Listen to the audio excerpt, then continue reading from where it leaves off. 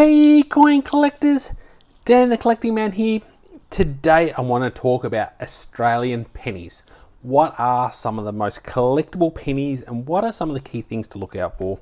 So I'm going to go through a little bit of detail. I've got a microscope to kind of show you what are the key characteristics you want to look for on some of the pennies that make them extra collectible. And I'll go through a top 10 of what are the most collectible pennies in Australian currency right now. So let's first go through a little bit about the history of the pennies. So they started out in 1911. So this is the very first one here. You can see it's quite black. Let's see if we can open it up and have a look. And this is the very first penny that ever came into Australia. So 1911, we can see it just a little bit in the light there. That is your very first Australian penny that came into existence in Australia and was produced all the way up to 1964 was the very last penny and was taken out of being our currency on the 14th of Feb 1966 is when we changed to the decimal currency. So definitely very, very cool coins to have.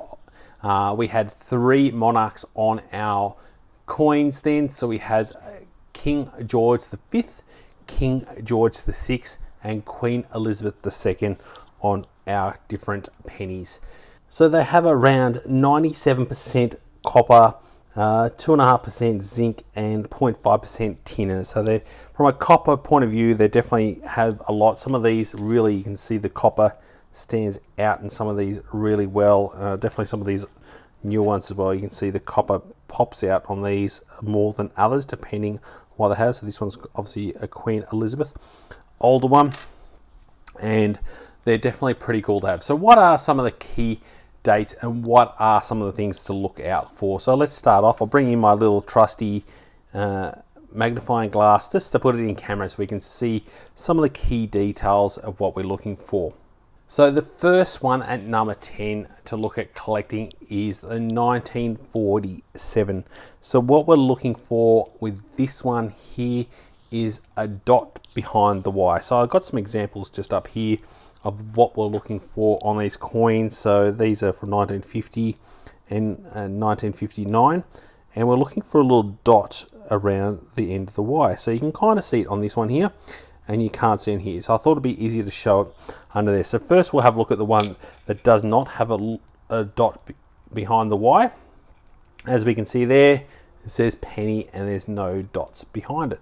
But then if we look at this one here, we can have a look and then we can clearly see right under behind the Y, there's a nice little dot there. So that's something we're looking for when it comes between for 1947, and you're looking for a very good one at around $2,850.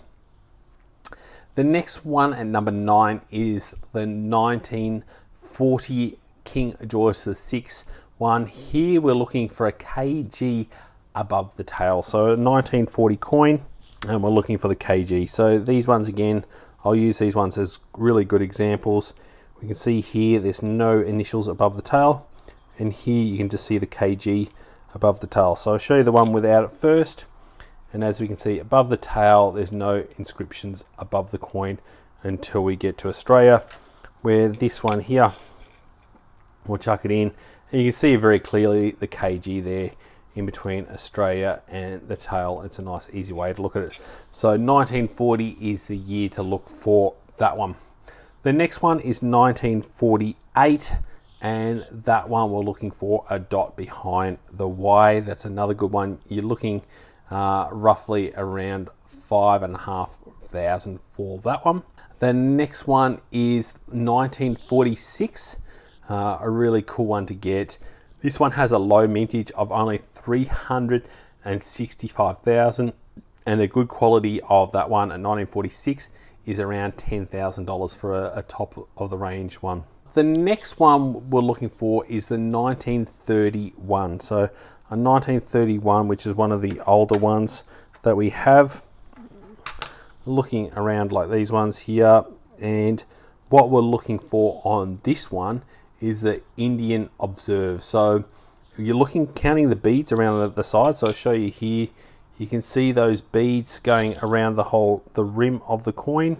I'll just point it out with a pencil. So see all those little rims, you want to count those, and you want to get 178 beads. And we're also looking in the N for this one here. We're looking for the points are the same, so looking at that, so that's kind of, so you might want to count all those beads going around the edge as well. So looking at the N that we can see there, also the in the OMN on the obverse, that's something that we're looking for in this one specifically, and you're looking for around 8,500 potentially for that nice one in 1931.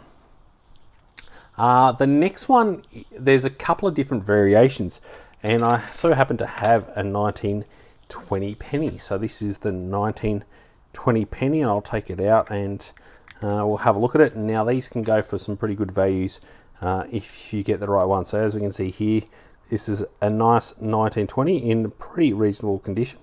It's definitely been used, but definitely looks pretty cool. So there's quite a few different points above that. So I'll chuck this under, and I might need to get it refocused a little bit. No, but it looks pretty good actually from a focus point of view. Let's just make it nice and clear.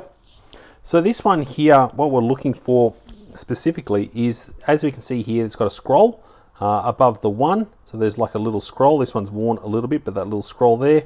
And then down the bottom, there's like another little scroll there. You can see those, the scroll just underneath there. That's that little scroll along there.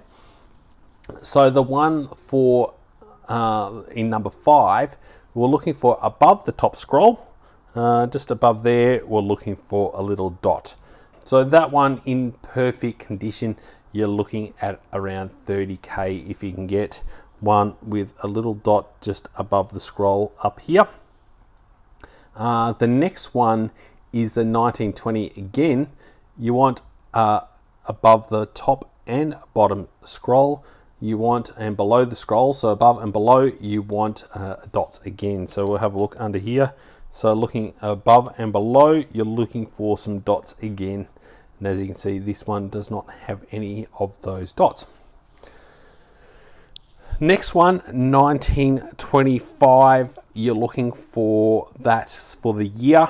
Only 117,000 of those are made, and a perfect condition one, you're looking around 45,000. Collectible one if it's in really, really good, almost perfect condition. The next one, another 1920, which is this one here, I believe. This one is coming in at number 2 for a collectible penny, and I'm really hoping that one, this is the correct one, is no dots above or below the scrolls. So again, having a look at this, you're looking for one with no dots above or below the scrolls, as we can see here. So I believe that this one might be the one that we're looking for here. Looks like it's in very worn condition though.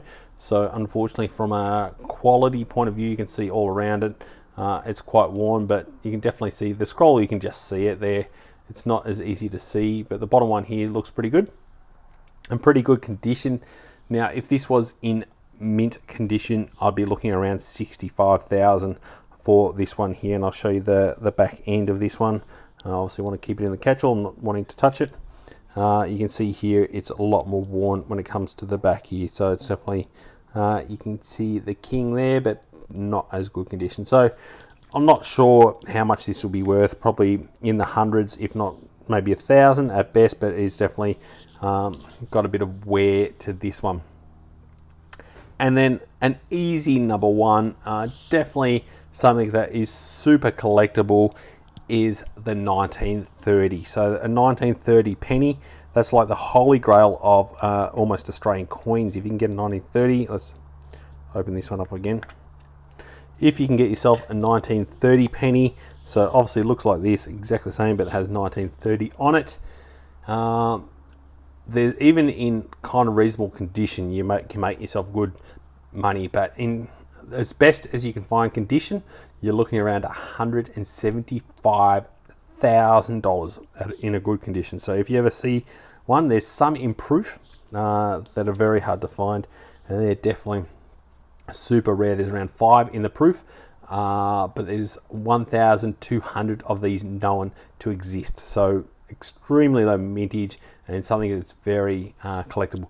Now be careful when you look on eBay and you look online, you can buy them for like a couple of bucks because there's copies. There's a lot of copies out there and counterfeits of those coins. So you got to make sure you're getting an original one, but definitely 175,000, and they're not many. So they were only tested to try and improve their quality of the coins themselves.